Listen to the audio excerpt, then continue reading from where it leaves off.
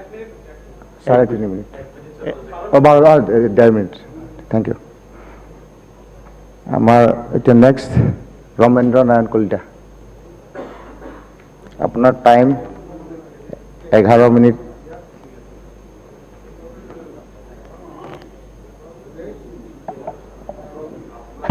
আপোনাক দলে দিছে 11 মিনিট 50 সেকেন্ড দলে দিয়াই নাই সময় আপোনালোকে বনাই লৈছে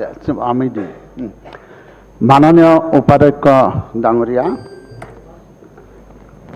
সাহসীয় দলৰ মাননীয় বিধায়ক শ্ৰী তেৰছ গোৱালা ডাঙৰীয়াই মহামান্য ৰাজ্যপালৰ ভাষণৰ ওপৰত যে ধন্যবাদ সূচক প্ৰস্তাৱ আনিছে ইয়াৰ প্ৰতি পূৰ্ণ সমৰ্থন জনাই মই কিছু কথা ক'ব বিচাৰিছোঁ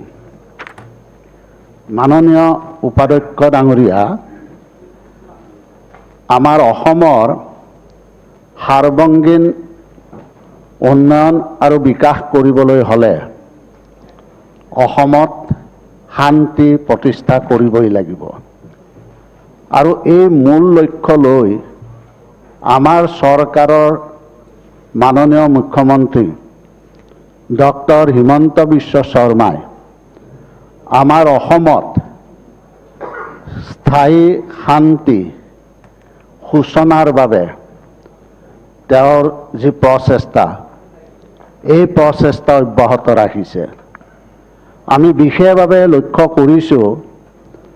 যে ক্ৰমান্বয়ে অসমৰ যি অস্থিৰ অৱস্থা অসমৰ যি অশান্তিময় পৰিৱেশ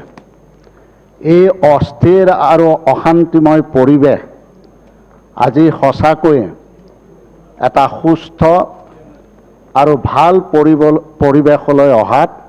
নিশ্চয় সক্ষম হৈছে আৰু ইয়াৰ মূল কাৰণ হৈছে যে মাননীয় মুখ্যমন্ত্ৰীৰ যিটো বিচক্ষণতা তেওঁৰ যি সুদক্ষ নেতৃত্ব এই সুদক্ষ নেতৃত্ব আৰু বিচক্ষণতাৰ বাবে আজি অসমত